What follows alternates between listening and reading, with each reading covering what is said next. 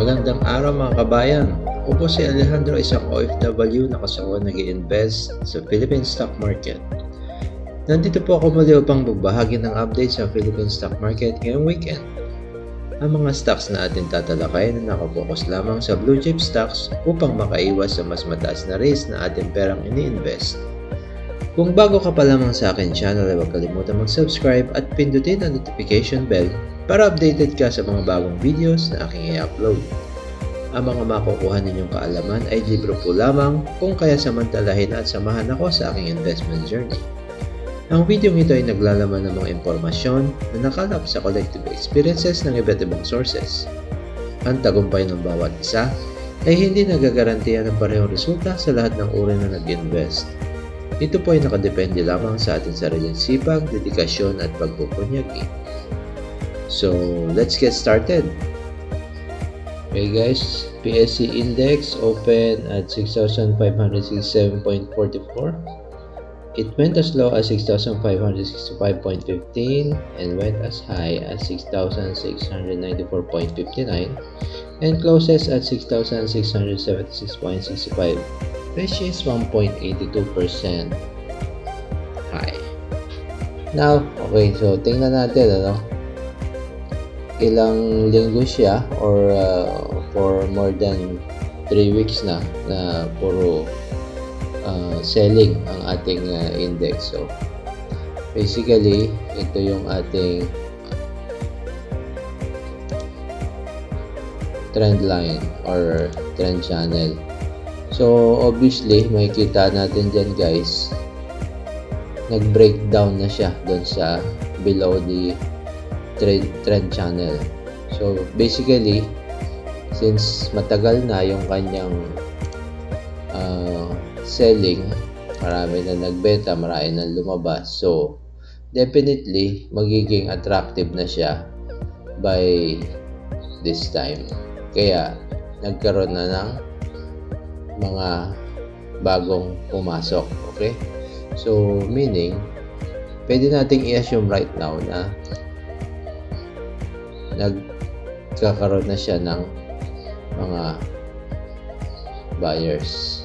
Mas mataas na, no? Mas mataas na yung buyers natin compared to the past 3 weeks wherein naka-experience ng malaking selling pressure ang ating index. Okay. Ilang percent na ba yan? So more than 10% na siya overall. So in terms of individual stocks, malalaki ng binagsak niyan. And then tingnan natin ngayon kung ano ang MACD niya. So basically less than 0. Mag-aantay tayo ngayon kung talagang confirm na to by next week, mag-i-stay na siya above this level or most likely, yeah, yun yung expectation natin, magkakaroon ng consolidation dito sa area na to bago natin ma-confirm na magbabounce na yan pabalik. Kasi nga, as we have said, attractive na yan right now dahil ang laki na nakabinaba. Okay?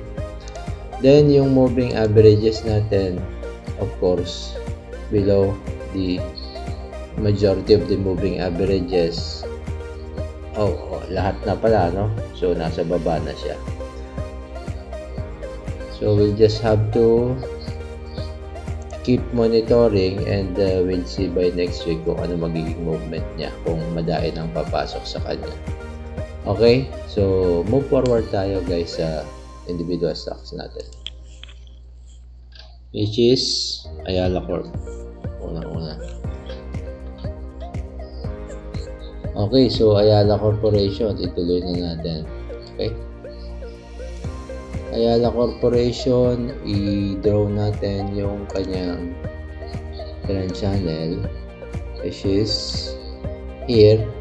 Ginuhit natin yan. So basically bumagsak na rin below the trend channel, meaning nag-breakdown na siya.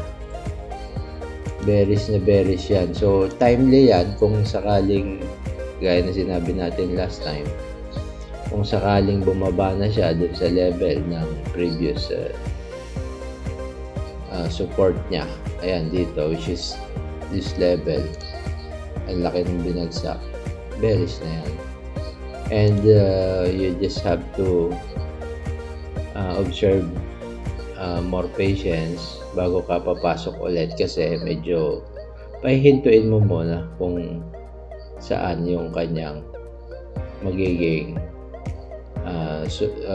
current support level. Hintuin mo na yan. So meron dito, baka meron pa nga dito hindi pa natin alam kung hihinto na ba talaga siya dyan by coming next week. Okay, definitely yung MACD natin, ayan, below 0 na rin and cross down na. So it will take time again para mag-recover siya and pwede nang pumasok ulit. Okay, moving averages, yun. So nasa baba na lahat. Balik na siya sa pagka-bearish. So opportunity yan, guys, ano? Okay, so proceed tayo sa next stock natin, which is Ayala Land. Basically, reflection yan ng index. So same na naman yung galaw niya. Ito yung pinaka-highest na inabot niya, and then andito na tayo sa level na to. It appears na medyo huminto na siya kagaya nun sa index. Marami na rin kasing nakakita na good opportunity na to buy. However, tingnan natin kung talagang huminto na yan or baka naman may bababa pa. So basically dito yan natin iginuhit, wherein nag-consolidate siya for a period of time bago nag-breakout. So hopefully mag-stay na yan. So nandun na siya within the range of previous consolidation area. Okay, then silipin natin yung MACD. Okay, so mapapansin natin pare-parehas below 0 level ang MACD niya, cross down, and yung moving averages niya is puro nasa itaas na. So tinutulak na yan pababa. Okay, so what do we expect? Bearish na talaga yan.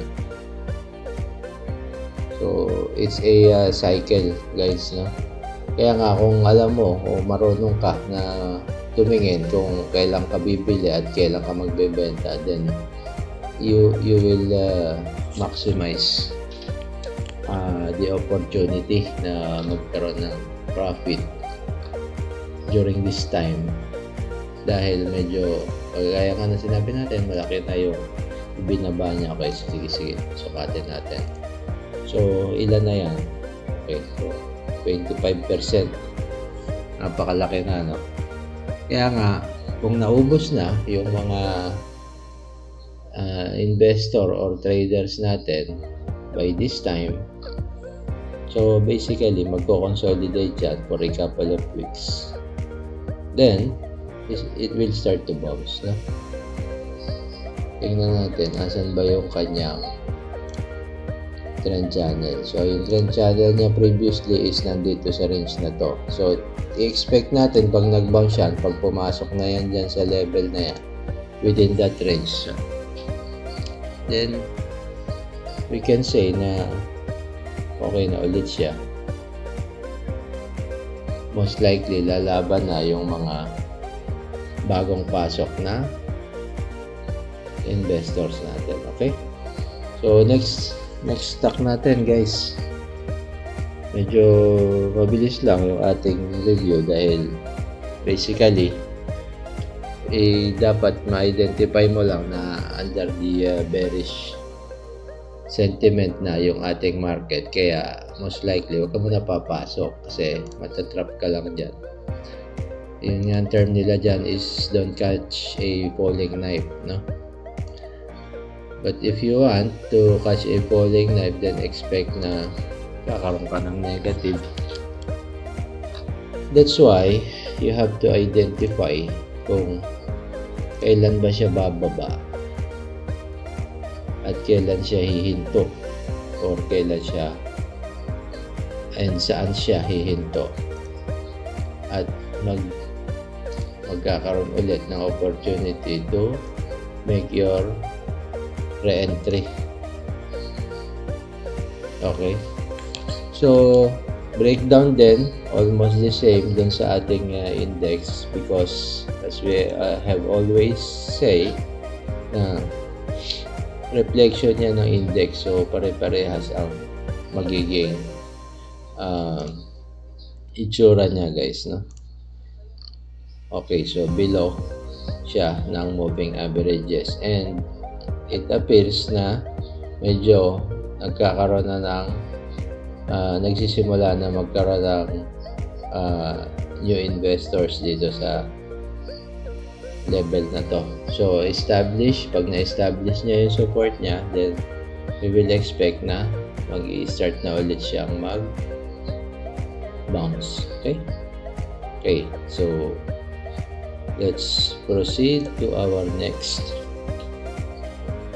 individual stock, which is JFC.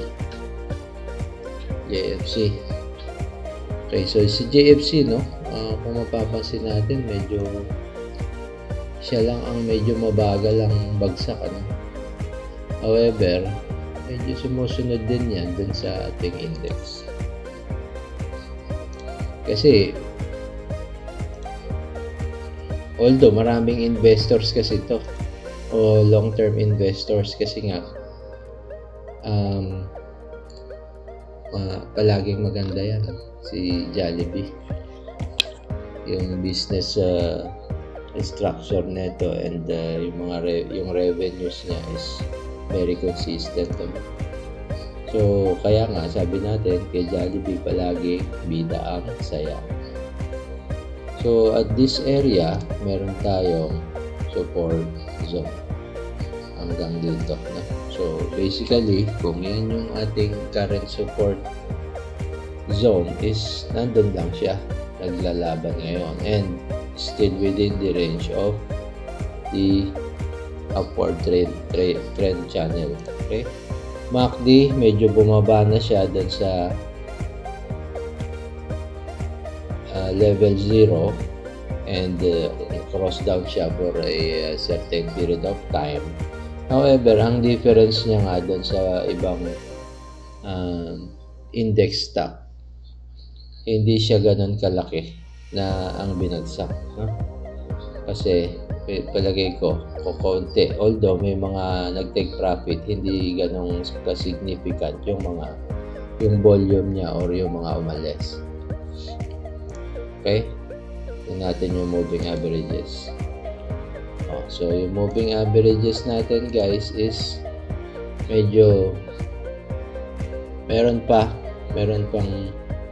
moving average sa baba, which is itong 100 and 200. So still working, it's doing its work as a support for our current situation. Okay, so yun ang status ng ating JFC, bida ang saya.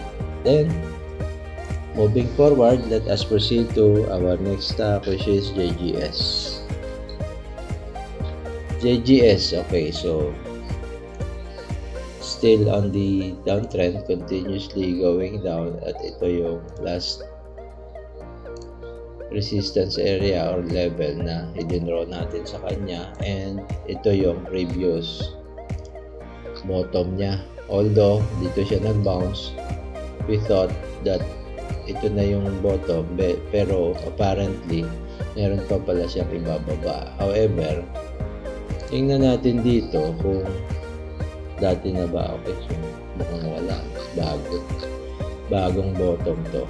So kung sakali ito na yung pinakamababa niya, lowest that it gets for this period as of this day or current week, tingnan natin kung maho-hold niya na yan.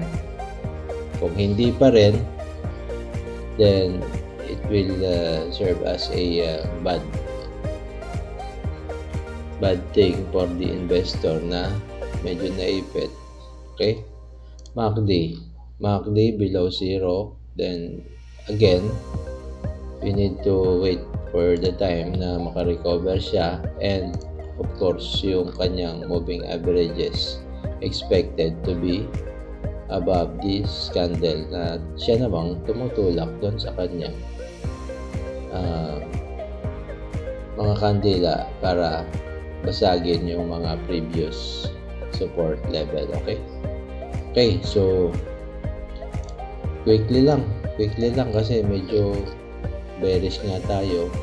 So proceed tayo sa next stock natin, which is MBT, Metrobank. What is happening now with Metrobank? Okay, so Metrobank nagkakaroon pa rin, the same as the Philippine Stock Exchange Index, merong selling pressure. Okay, so assume natin na nandito yung kanyang trend channel. So pasok pa rin siya at fortunately doon siya nag-bounce. So medyo kahit pa paano merong hope na baka dito na siya mag-stay at this level, no? Yan, that support level. Ito yung kanyang previous support, sabihin na natin nandito. Okay, so meron pa rin si Metrobank, like Jollibee, hindi pa rin siya ganun ka bearish, lumalaban pa rin siya and still within the range or within the upward trend channel. Though yung kanyang MACD is the same, fell below 0 level and projecting downward. Okay, kaya lang kapag huminto yan for a certain period of time, most likely magbe-bend na upward yan and we can say na nag-i-start na siya mag-recover. Okay, if that happens, most likely within the month of December, meron na ulit na upward parang reversal, no? Or bounce, kung yun ang right term na dapat natin gamitin. Okay, so moving averages niya, guys, kita natin dito is meron pa nagsusupport sa kanya 200, 100 na below na rin siya sa 100 day moving average. Okay, so Metrobank almost the same with our index. Then let us proceed to the next stock, which is GTCAP. GTCAP, kagaya ng Ayala Corporation, tinitingnan din natin siya. Same as Ayala Corporation and same as the PSCI index, medyo bearish na rin po ito. Marami nang bumitaw. So most likely madami nang nagbenta, and sa long term, in a long term trend channel, pasok pa rin siya. However, pag tinignan natin sa short term, medyo below na siya sa kanyang trend channel sa shorter term. Okay, so parehas ng galaw siya dun sa Ayala Corporation, Ayala Land, and other big caps stock. So expect natin or iintayin natin ito until when is it going to stop and establish its support level. So tingnan natin saan ba yan pwedeng huminto, saan ba merong malakas na support, previous support level. So ito isa yan. Okay, so medyo malapit na ito, supposed to be dapat yan, however hindi niya na-hold. Okay, malalaki kasi yan, kaya ganun din kalalaki yung binababa. Okay, so dito, no, dito siya merong current support zone or level. Tingnan natin yung MACD. Basically, below 0 na rin yan and bearish na yung kanyang sentiment. So, same thing dun sa ating mga index or big caps stocks. Pare-pares ng galaw, of course. So, below moving averages, malalaki din yung kanyang selling pressure. So, we just have to wait kung saan mag-manifest yung kanyang support zone. Okay? Okay. So, next stock tayo, guys. Next, and last but not the least, yung ating SMPH.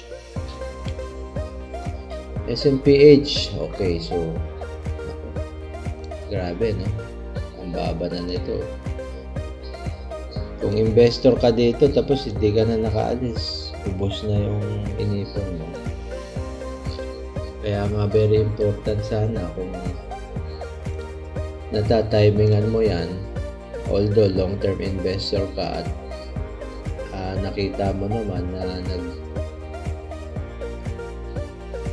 huminto na yung pag-akit niya, then it is better na mag-take profit ka na. Gusto mo mag-iwan ka na lang na certain percentage, small percentage. Kasi kung nagbenta ka na dito sa level na to, tapos bumaba ng ganito, di another opportunity. Madodoble mo na yung previous na capital mo kung dito ka bumili at kumita ka na dyan. Pagbili mo ulit dito, doble na yun. Kaya nga makikita natin dito, kagaya din ng index and other big caps stock. Ang tendency nito parang magbabounce na. Kung sabihin man natin dyan na andyan yan na yung current support level niya dito. Pagka nag-stay siya above this support level, then confirm yan. Manifested na yung ating current support zone. Okay? And expect natin MACD, of course, ang baba na rin, below 0. And yung ating moving averages is definitely tinutulak yan pababa. Okay? Pero kung ako dito, umabot na ng ganito kababa yan, opportunity na yan. May bababa pa ba yan? Kung bumaba man yan, napakaliit na lang. So, it's an opportunity for some of the investors na maglagay na ulit. Kasi, most likely dito na nag-bottom yung previous low. Sabihin mo man na bumaba hanggang dito, then it won't take much time to recover or bounce back, no?